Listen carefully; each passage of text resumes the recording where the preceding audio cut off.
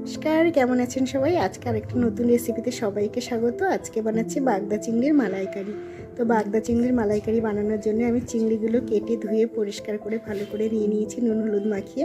এখানে নিয়ে নিয়েছি নারকেলের দুধ, এখানে নিয়ে নিয়েছি পেঁয়াজ বাটা, এখানে একটু টক দই নিয়েছি, টমেটো নেই বলে আদা রসুন কাঁচা লঙ্কার পেস্ট, আর নিয়ে নিয়েছি সর্ষে।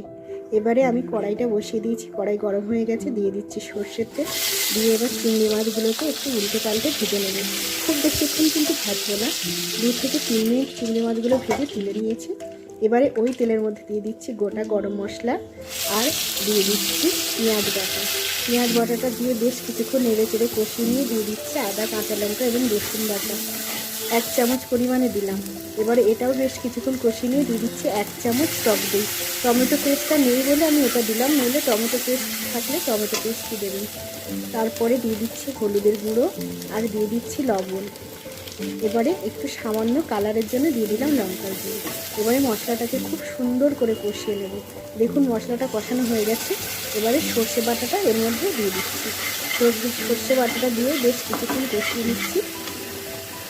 তারপরে এবারে এর মধ্যে দুধটা দিয়ে দেবো।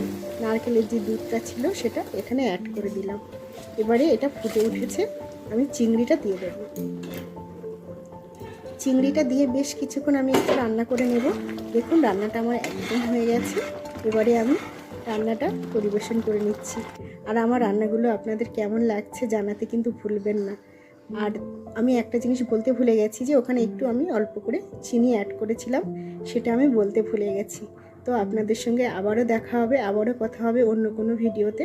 ততক্ষণ সবাই ভালো থাকবেন, সুস্থ থাকবেন। ধন্যবাদ সবাইকে আমার ভিডিওটি দেখার জন্য।